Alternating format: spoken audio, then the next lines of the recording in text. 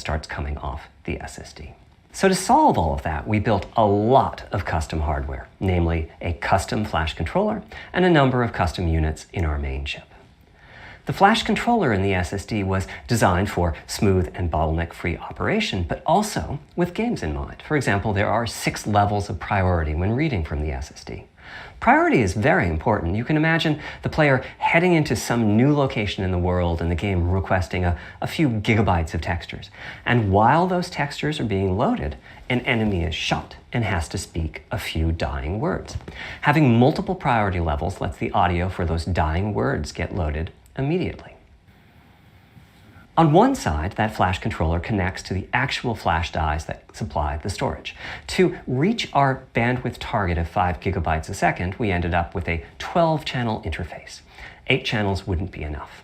The resulting bandwidth we've achieved is actually 5.5 gigabytes a second. With a 12-channel interface, the most natural size that emerges for an SSD is 825 gigabytes. The key question for us was, is that enough? I mean, it's tempting to add more, but flash certainly doesn't come cheap, and we have a responsibility to our gaming audience to be cost-effective with regards to what we put in the console. Ultimately, we resolved this question by looking at the play patterns of a broad range of gamers. We examined the specific games that they were playing over the course of a weekend or a week or a month, and whether that set of games would fit properly on the SSD. We were able to establish that the friction caused by reinstalls or redownloads would be quite low, and so we locked in on that 825 gigabyte size, while also preparing multiple strategies so that those who want more storage can add it. I'll go through the details in a moment. Back to the flash controller. On the other side, it connects to our main custom chip via 4 lanes of Gen 4 PCIe. And inside the main custom chip is a pretty hefty unit dedicated to I/O. Before we talk about what that does, let's talk compression for a moment. PlayStation 4 used zlib as its compression format. We decided to use it again on PlayStation 5, but on my 2017 tour of developers, I learned about a new format called Kraken from Rad Game Tools. It's like zlib's smarter cousin. Simple, similar types of algorithms, but about 10% better compression, which is pretty big. That means 10% more game on the UHD Blu-ray disc or on the SSD. Kraken had only been out for a year, but it was already becoming a de facto industry standard. Half of the teams I talked to were either using it or getting ready to evaluate it. So we hustled and built a custom decompressor into the I/O unit, one capable of handling over 5 gigabytes of Kraken format input data a second.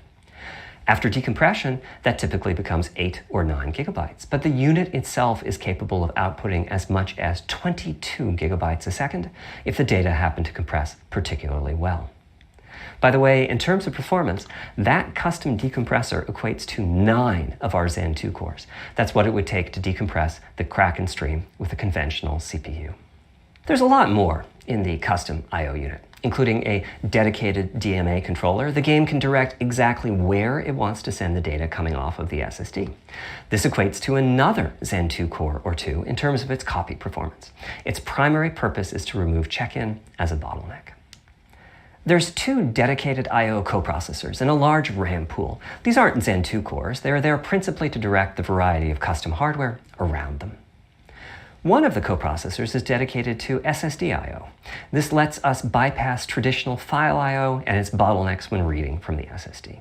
The other is responsible for memory mapping, which I know doesn't sound like anything related to the SSD, but a lot of developers map and remap memory as part of file I/O, and this too can become a bottleneck. There are coherency engines to assist the coprocessors.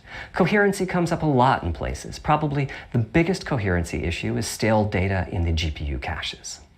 Flushing all of the GPU caches whenever the SSD is read is an unattractive option. It could really hurt the GPU performance. So we've implemented a gentler way of doing things, where the coherency engines inform the GPU of the overwritten address ranges, and custom scrubbers in several dozen GPU caches do pinpoint evictions of just those address ranges. The best thing is, as a game developer, when you read from the SSD, you don't need to know any of this. You don't even need to know that your data is compressed. You just indicate what data you'd like to read from your original uncompressed file and where you'd like to put it, and the whole process of loading it happens invisibly to you and at very high speed. Back to the dream. Thanks to all of that surrounding hardware, our 5.5 gigabytes a second really should translate into something like 100 times faster I/O than PS4 and allow the dream of no load screens and super fast streaming to become a reality. Having said that, expandability of our SSD is going to be quite important. Flash is costly, and you may very well want to add storage to whatever we put in the console. Now, the kind of storage you need depends on how you're going to use it. If you have an extensive PlayStation 4 library and you'd like to take advantage of backwards compatibility to play those games on PlayStation 5, then a large external hard drive is ideal. You can leave your games on the hard drive and play them directly from there, thus saving the pricier SSD storage for your PlayStation 5 titles, or you can copy your active PlayStation 4 titles to the SSD. If your purpose in adding more storage is to play PlayStation 5 titles, though, ideally you would add to your SSD storage. We will be supporting certain M2 SSDs. These are internal drives that you can get on the open market and install in a bay in the PlayStation 5. As for which ones we support and when, I'll get to that in a moment. They connect through the custom I/O unit just like our SSD does, so they can take full advantage of the decompression, I/O coprocessors, and all the other features I was talking about. Here's the catch, though. That commercial drive has to be at least as fast as ours. Games that rely on the speed of our SSD need to work flawlessly with any M2 drive. When I gave the Wired interview last year, I said that the PlayStation 5 SSD was faster than anything available on PC.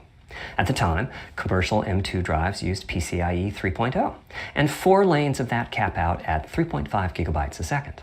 In other words, no PCIe 3.0 drive can hit the required spec. M2 drives with PCIe 4.0 are now out in the market. We're getting samples and seeing 4 or 5 gigabytes a second from them.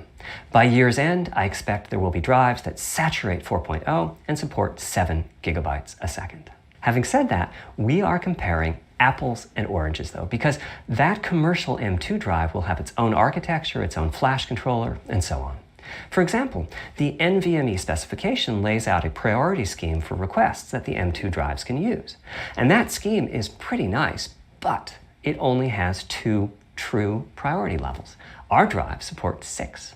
We can hook up a drive with only 2 priority levels, definitely, but our custom I/O unit has to arbitrate the extra priorities rather than the M2 drive's flash controller. And so the M2 drive needs a little extra speed to take care of issues arising from the different approach. That commercial drive also needs to physically fit inside of the bay we created in PlayStation 5 for M2 drives. Unlike internal hard drives, there's unfortunately no standard for the height of an M2 drive, and some M2 drives have giant heat sinks. In fact, some of them even have their own fans. Right now, we're getting M2 drive samples and benchmarking them in various ways. When games hit beta as they get ready for the PlayStation 5 launch at year-end, we'll also be doing some compatibility testing to make sure that the architecture of particular M2 drives isn't too foreign for the games to handle. Once we've done that compatibility testing, we should be able to start letting you know which drives will physically fit and which drive samples have benchmarked appropriately high in our testing.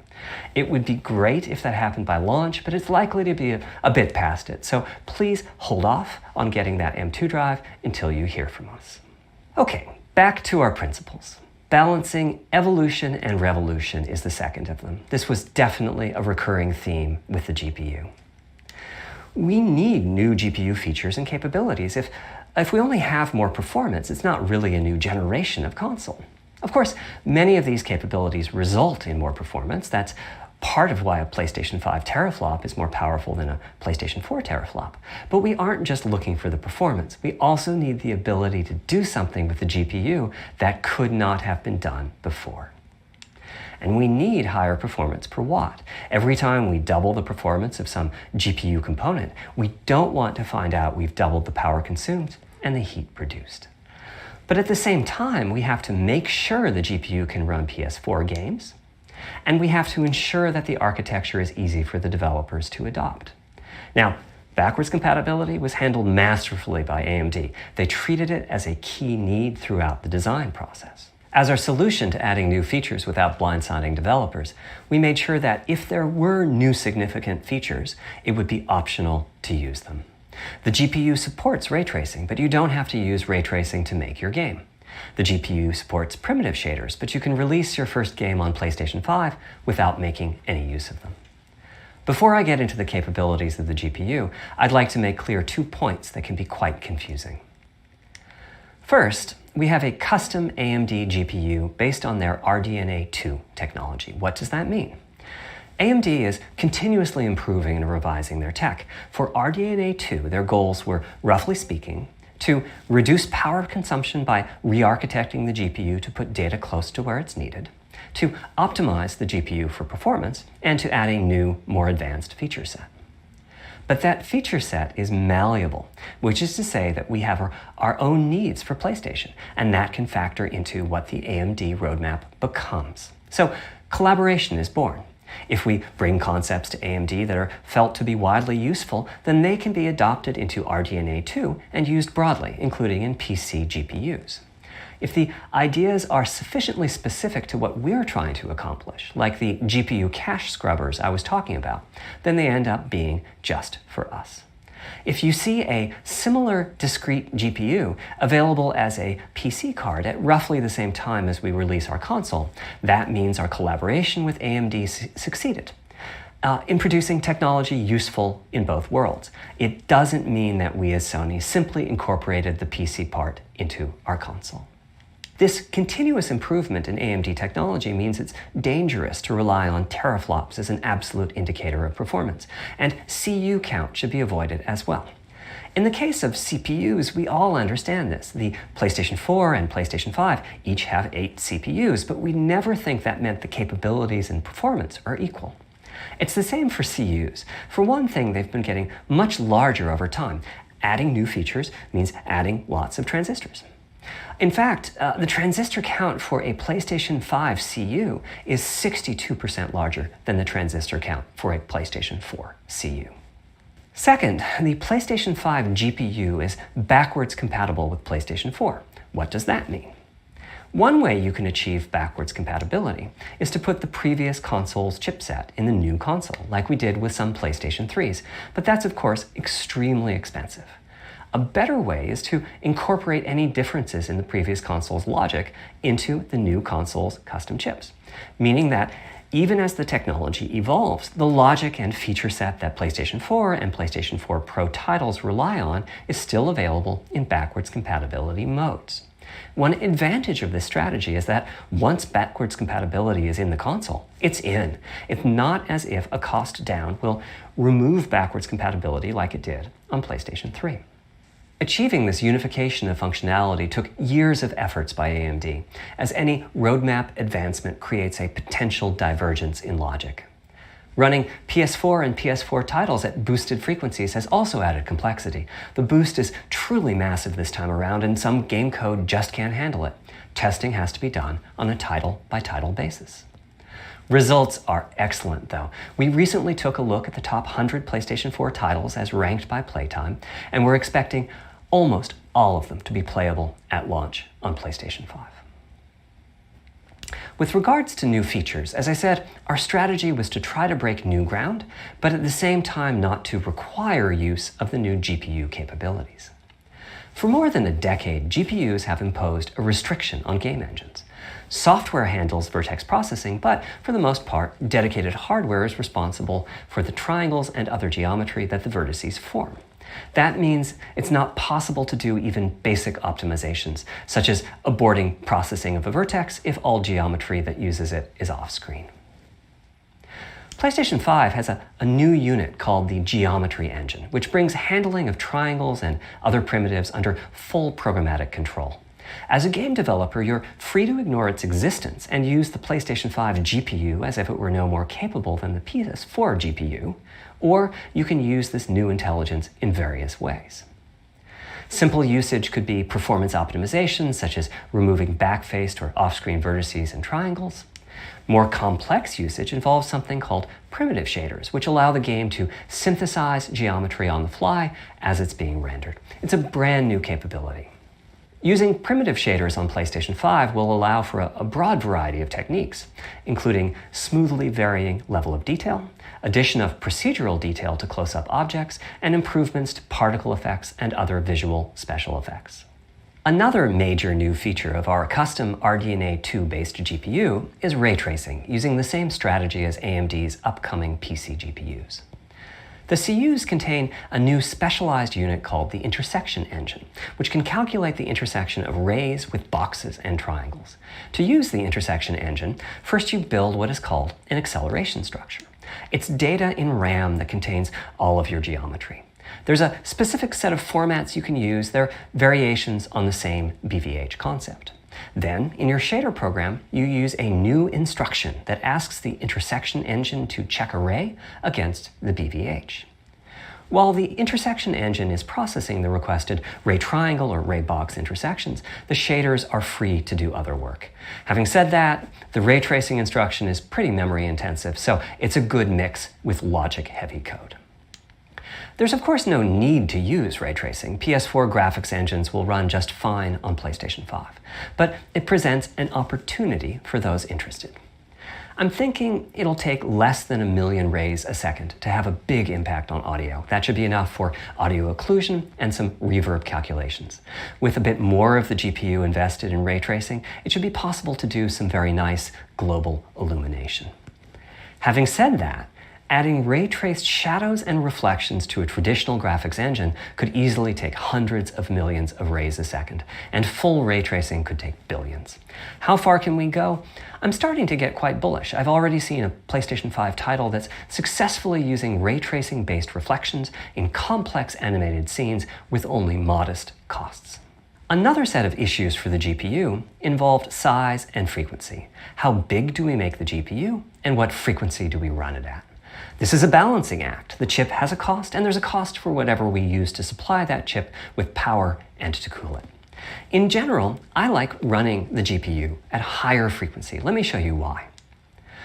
Here's 2 possible configurations for a GPU roughly of the level of the PlayStation 4 Pro. This is a thought experiment. Don't take these configurations too seriously. If you just calculate teraflops, you get the same number. But actually, the performance is noticeably different because teraflops is defined as the computational capability of the vector ALU. That's just one part of the GPU. There are a lot of other units. And those other units all run faster when the GPU frequency is higher.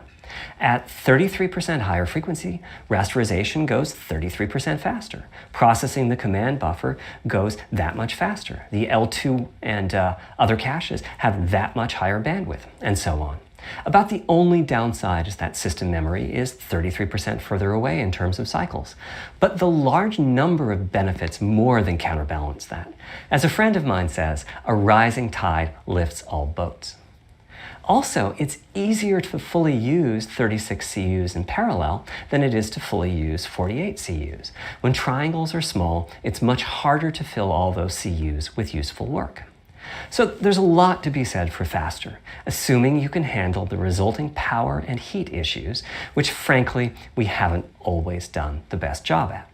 Part of the reason for that is, historically, our process for setting CPU and GPU frequencies has relied on some heavy-duty guesswork with regards to how much electrical power games will consume and how much heat will be produced as a result inside of the console. Power consumption varies a lot from game to game. When I play God of War on my PS4 Pro, I know the power consumption is high just by the fan noise. But power isn't simply about engine quality. It's about the minutiae of what's being displayed and how. It's counterintuitive, but processing dense geometry typically consumes less power than processing simple geometry, which is, I suspect, why Horizon's map screen, with its low triangle count, makes my PS4 Pro heat up so much. Our process on previous consoles has been to try to guess what the maximum power consumption during the entire console lifetime might be, which is to say, the worst case scene in the worst case game, and prepare a cooling solution that we think will be quiet at that power level. If we get it right, fan noise is minimal. If we get it wrong, the console will be quite loud for the higher power games, and there's even a chance that it might overheat and shut down if we misestimate power too badly. PlayStation 5 is especially challenging because the CPU supports 256-bit native instructions that consume a lot of power. These are great here and there, but presumably only minimally used. Or are they? If we plan for major 256-bit instruction usage, we need to set the CPU clock substantially lower or noticeably increase the size of the power supply and fan. So, after much discussion, we decided to go with a very different direction on PlayStation 5. We built a GPU with 36 CUs. Mind you, RDNA 2 CUs are large. Each has 62% more transistors than the CUs we were using on PlayStation 4. So if we compare transistor counts, 36 RDNA 2 CUs equates to roughly 58 PlayStation 4 CUs. It is a fairly sizable GPU. Then we went with a variable frequency strategy for PlayStation 5, which is to say we continuously run the GPU and CPU in boost mode. We supply a generous amount of electrical power and then increase the frequency of GPU and CPU until they reach the capabilities of the system's cooling solution. It's a completely different paradigm. Rather than running at constant frequency and letting power vary based on the workload, we run at essentially constant power and let the frequency vary based on the workload. We then tackled the engineering challenge of a cost-effective and high-performance cooling solution designed for that specific power level. In some ways, it becomes a simpler problem because there are no more unknowns. There's no need to guess what power consumption the worst-case game might have. As for the details of the cooling solution, we're saving them for our teardown. I think you'll be quite happy with what the engineering team came up with. So, how fast can we run the GPU and CPU with this strategy? The simplest approach would be to look at the actual temperature of the silicon die and throttle the frequency on that basis. But that won't work. It fails to create a consistent PlayStation 5 experience. It wouldn't do to run a console slower simply because it was in a hot room. So rather than look at the actual temperature of the silicon die, we look at the activities that the GPU and CPU are performing and set the frequencies on that basis, which makes everything deterministic and repeatable.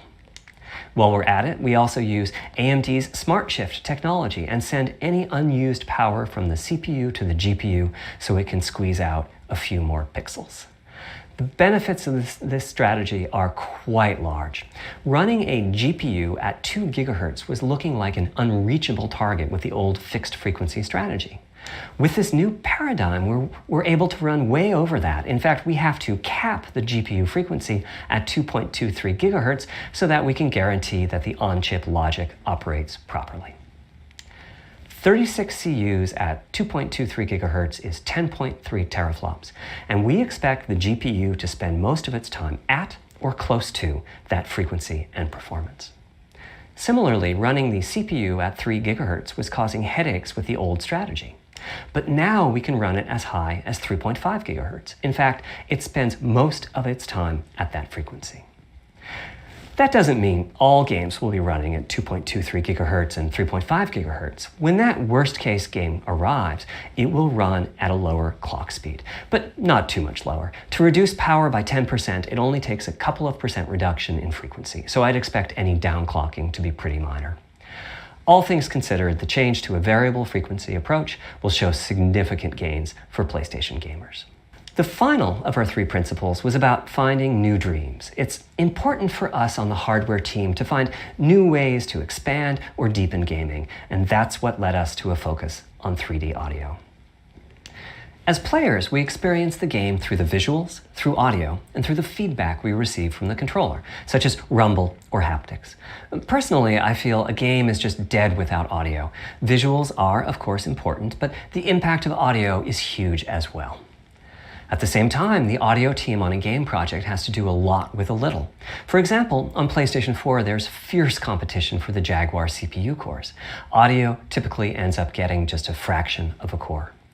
That's not much of a computational resource, particularly when you consider that the visuals run at 30 or 60 frames a second, but audio processing needs to happen at almost 200 times a second.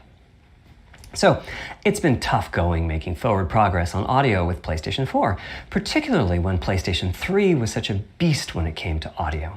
The SPUs in Cell were almost a perfect device for audio rendering. Simple pipelined algorithms could really take advantage of asynchronous DMA and frequently reached 100% utilization of the floating point unit.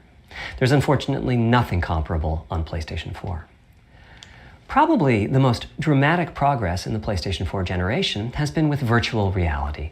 The PSVR hardware has its own audio unit. It supports about 50 pretty decent 3D sound sources. And this provided a hint as to where we could go with audio, as well as some valuable experience. Not to oversimplify, but here were our goals for audio on PlayStation 5. The first goal was great audio for everyone, not just VR users or soundbar owners or headphone users. That meant audio had to be part of the console. It couldn't be a peripheral. The second goal was to support hundreds of sound sources. We didn't want developers to have to pick and choose what sounds would get 3D effects and which wouldn't. We wanted every sound in the game to have dimensionality. And finally, we wanted to really take on the challenges of presence and locality. Now, when we say presence, we mean the feeling that you're actually there. You've entered the matrix. It's not, of course, something we thought we could perfectly achieve, but the idea was that if we stopped using just a rain sound and instead used lots of 3D audio sources for raindrops hitting the ground at all sorts of locations around you, then at some point your brain would take a leap and you'd begin to have this feeling of real presence inside the virtual world of the game. This has the capacity to affect your appreciation of the game, just like music in a game does. The concept of locality is simpler. It's just your sense of where the audio is coming from, to the right of you, behind you, above you. This can immerse you further in the game, and it can also directly enhance the gameplay. To use Dead Space as an example, I know, old school, you're fighting enemies in fairly dark, spooky locations. Back in the day, if you played the game using the TV speakers, you could tell that there was one last enemy growling and hunting you down, but it was difficult to tell quite where that enemy was. With headphones, you could tell that the enemy was somewhere on the right, which let you deduce, if you couldn't see it, that it must be somewhere behind and to your right. But with 3D audio with good locality, the idea is you know the enemy is precisely there, and you turn and you take it out. So, how do we know where a sound is coming from in the first place? Well, all those bumps and folds in the ear have a meaning, evolutionarily speaking. Based on what direction the sound is coming from, sound waves bounce around inside the ear, there's some constructive and destructive interference, and the result is a change in volume. The phase of the sound also shifts, depending on what path the sound wave took to reach the ear canal. These volume changes and phase shifts are different for each direction and also vary depending on the frequency of the sound. Head size and head shape also impact the sound in a similar fashion. The way that the sound changes, based on direction and frequency, can be encoded in a table called the Head-Related Transfer Function, or HRTF. Here's part of one. The vertical axis is the frequency. The horizontal axis is the direction, front, back, left, right, and the color gives the degree of attenuation of the sound at that frequency. The HRTF is as unique to an individual as a fingerprint is. In fact, you're looking at mine right now. Here's how we measure an HRTF. We've taken hundreds of people through this process. We put a microphone in the subject's left and right ear canals, and then sit the subject down in the middle of an array of 22 speakers. We then play an audio sweep from each speaker as we rotate the subject. In the course of 10 or 20 minutes, we're able to sample the HRTF at over 1,000 locations. Using an HRTF when rendering audio creates unparalleled quality, but it's computationally expensive. The simplest way to use an HRTF is to process a sound source to make it appear as if it's coming from one of those 1,000 locations we sample. Unfortunately, the processing has to be done in frequency domain rather than time domain, so there's multiple fast Fourier transforms needed for every sound source for every audio tick. That's a lot of multiplies. This computational complexity was the determining factor for our strategy. It meant we had to bite the bullet and design and build a custom hardware unit for 3D audio. Collectively, we're referring to the hardware unit and the proprietary algorithms we run on it as Tempest 3D audio tech. The meaning of 3D audio and technology should be pretty obvious here. As for Tempest, I feel it really reflects our goals with audio. It suggests a certain intensity of experience and also hints at your presence within it. We're calling the hardware unit that we built the Tempest Engine. It's based on AMD's GPU technology. We modified a compute unit in such a way as to make it very close to the SPUs in PlayStation 3. Remember when I said that they were ideal for audio? So the Tempest Engine has no caches, just like an SPU. All data access is via DMA, just like an SPU. Our target was that it would have more power than a CPU, thanks to the parallelism that a GPU can achieve, and that it would be more efficient than our GPU, thanks to the SPU-like architecture. The goal being to make possible near 100% utilization of the CU's vector units. Where we ended up is a unit with roughly the same SIMD power and bandwidth as all 8 Jaguar cores in the PlayStation 4 combined. If we were to use the same algorithms as PSVR, that's enough for something like 5,000 sound sources. But of course, we want to use more complex algorithms, and we don't need anything like that number of sounds. It would have been wonderful if a simpler strategy, such as using Dolby Atmos peripherals, could have achieved our goals, but we wanted 3D audio for all, not just those with licensed soundbars or the like. Also, we wanted many hundreds of sound sources, not just the 32 that Atmos supports. And finally, we wanted to be able to throw an overwhelming amount of processing power at the problem, and it wasn't clear what any peripheral might have inside of it. In fact, with the Tempest Engine, we've even got enough power that we can allocate some to the games, to the extent that games want to make use of convolution reverb and other algorithms that are either computationally expensive or need high bandwidth. But the primary purpose of the Tempest Engine remains 3D audio. Now, 3D audio is a major academic research topic. It's safe to say that no one in the world has all of the answers. And the set of algorithms that has to be invented, tuned, or implemented to realize our vision for 3D audio is immense. For example, use of HRTFs in games is quite complex. Before, I talked about making a sound source appear as if it's coming from one of those 1,000 HRTF sample locations.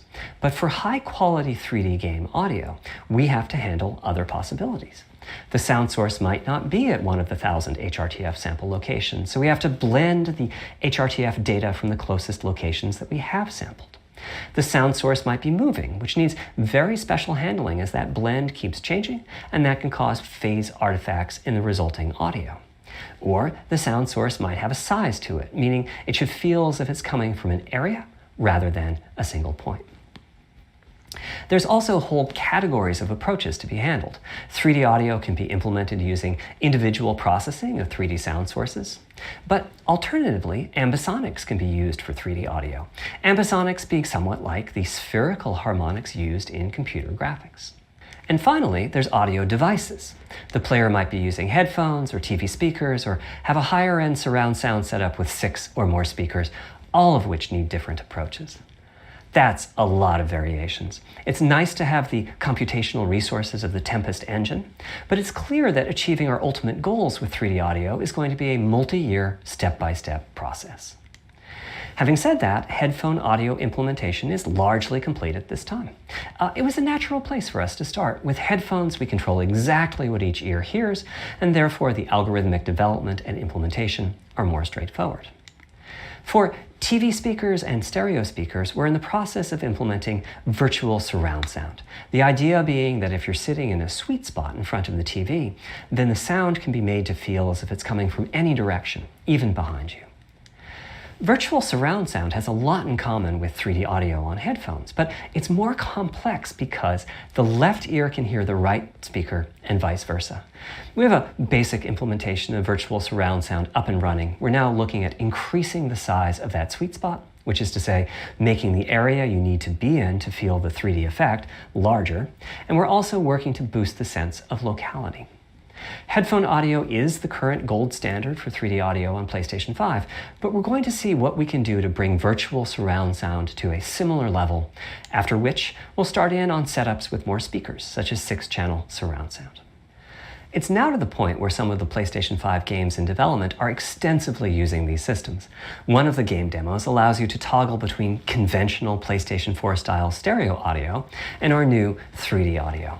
I listened with just an ordinary pair of over-the-ear headphones and wow, I could feel a difference. 3D audio has that dimensional feel to it. Conventional stereo audio feels smashed flat by comparison. The improvement is obvious. So, a big advancement, but have I entered the matrix? Does my brain believe I'm really there? Like I was talking about earlier when I explained our target of presence. Well, the answer is no, but you've probably caught on to what's missing here, namely whose HRTF was being used. It wasn't mine, it was the default HRTF.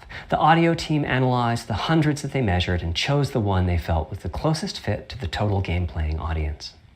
This shows a piece of the default HRTF on the left and my HRTF on the right. You can see that the general features are much the same, but the details are quite different. With the default HRTF, as I said, the 3D audio sounds pretty great. When I use my HRTF, though, the audio reaches a higher level of realism, which is to say that when using headphones and my HRTF, I occasionally get fooled and even think a sound is coming from the real world when it's actually coming from the game. A corollary to this is that there are a few people whose HRTFs are sufficiently far from the default HRTF, that's the red dot here, that they can toggle between PS4 style and PS5 style audio and not sense much difference. I've had a few people describe the PlayStation 5's 3D audio as sounding like a bit better stereo audio. Presumably they're the ones at the very edges of this diagram. Which means what HRTF you're using is key. I'd like everyone to be able to experience what I'm experiencing, but obviously it's not possible to measure the HRTF of every PlayStation user. That means HRTF selection and synthesis are going to be big topics going forward as the Tempest technology matures. At PlayStation 5 launch, we'll be offering a choice of 5 HRTFs. There's a simple test. شوية الناس الصوت لأن الصوت مالته يجي من النوم مثل ما يقول الأخ. طبعا برود مو طبيعي، عند المفروض اكو طريقة ثانية للعرض. يعني حتى الاشياء اللي جالسين يعرضوها اشياء مرة بسيطة يعني مملة بصراحة مملة. يعني المفروض اكو حماس يعرضون الشكل الاول للجهاز تمام، ويحكي على مواصفات، بعدين مثلا يعرض لعبة يقول نتجه مثلا حنعرض هاي اللعبة أو نعرض لكم شيء ثاني، وبعد العرض يرجع يحكي عن مواصفات ثانية وهكذا. هسه حاليا دا يصير ملل، يعني انتم ماذا تلاحظون كلام بسيط جدا وطويل، يعني الكلام طويل هيجي وهيجي وهيجي. المفروض اكو شيء يحمس الجمهور خصوصا المتابعين على الانترنت. يعني انا متأكد انه بعد ما ينعرض الجهاز يلا الناس تدور على مواصفاته. اعتقد اللي حيعرضوها هسه خليكم ويانا. طبعا تحياتي لجميع المتابعين. شنو السالفة؟ شو وقف حوالك؟ بس هاي هي دقيقة انتهى العرض، انتهى البث المباشر. صدقون انتهى البث المباشر، انتهى، ما عرضوا لا شكل ولا شيء. لا يمزحوا يعني مستحيل. يعني شنو القصة؟ لا انتهى العرض المباشر، انتهى من عندهم. ما عرضوا لا شكل، لا موعد صدور، لا وقت ينزل بالأسواق، لا ألعاب اللي يدعمها، لا الألعاب جديدة.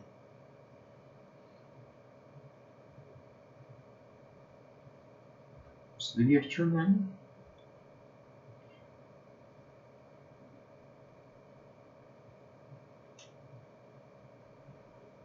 9 مليون مشترك و72 ألف مشاهدة على اليوتيوب والناس متحمسة.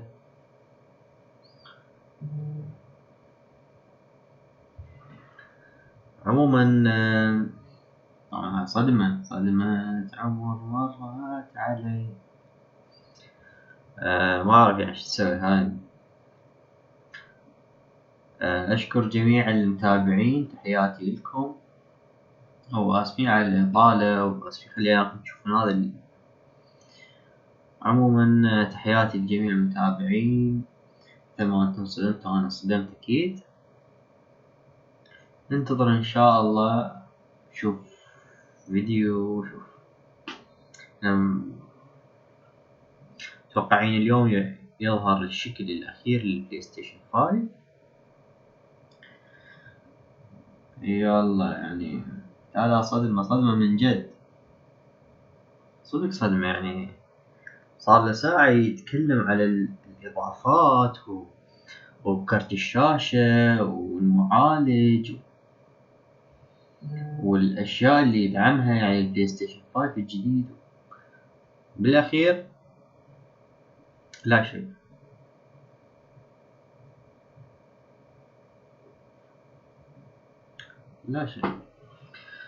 عموما مرة ثانية شكرا لمتابعتكم، وآسفين على الإطالة، وشكرا على اللايكات، وشكرا على السبسكرايب.